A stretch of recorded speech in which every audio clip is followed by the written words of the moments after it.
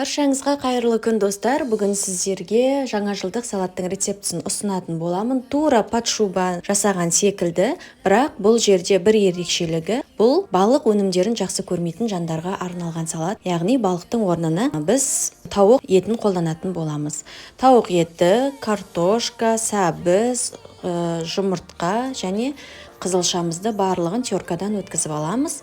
Одан кейін кезек-кезегімен осылай ыдысымызға орналастыратын боламыз. Кез келген формада жасасаңыздар болады, және әрбір ыдысқа орналастырған сайын үстіне майонез салып, шым-шым тұз салып отыруды ұмытпаңыздар. Әрине, егер сіздердің пісірген жаңағы сәбіз, ет, картошкаларыңызда тұз салынбаған болса, ол кезде міндетті түрде арасына тұз салып отырыңыздар.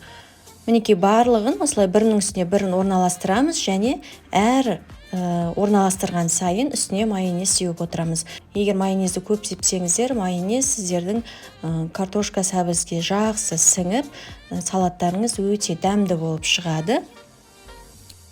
Және тағы бір айта кететіні, тұзбен қосып қара бұрышты сепсеңіздер де болады. Ол кезде де дәмі өте жақсы болып шығады. Мінекей барлығын бірінің үстіне бірін орналастырғаннан кейін осылай форма жасаймыз. Егер сіздерде арнайы төрт бұрышты форма немесе домалақ форма болса, бірден сол формамен жасасаңыздар болады. Менде ондай форма жоқ, сол үшін осылай төрт бұрышты етіп, жан-жағын пышақпен түзеп жатырмын.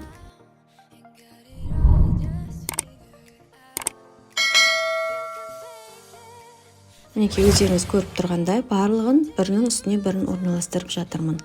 Құрметті достар, менің каналыма тіркелуді ұмытып кетпеңіздер. Менің каналымда өте оңай рецепттер, және дәл осы рецепті көргеннен кейін міндетті түрде менің каналыма тіркеліп алыңыздар, себебі бір ай көлемінде менің каналымда тек жаңа жылдық рецепттер болады.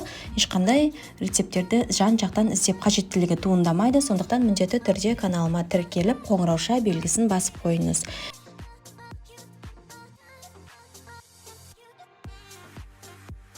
Свекланы саламыз, үстіне майонез қосамыз. Егер сіздердің дайындаған заттарыңыз көп мөлшерде болатын болса, кезектесіп салып отырыңыздар. Барлығын бірден салып тастамаңыздар. Жарты картошканы салдыңыз ба, оның үстіне майонез себіңіз, одан кейін жартысын себіңіз. Солай-солай үнемі майонезбен араластырып сеуіп отыруды ұмытпаңыз.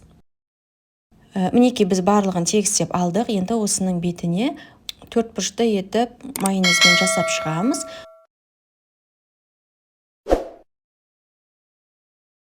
Оның үстіне анарымызды салып шығамыз.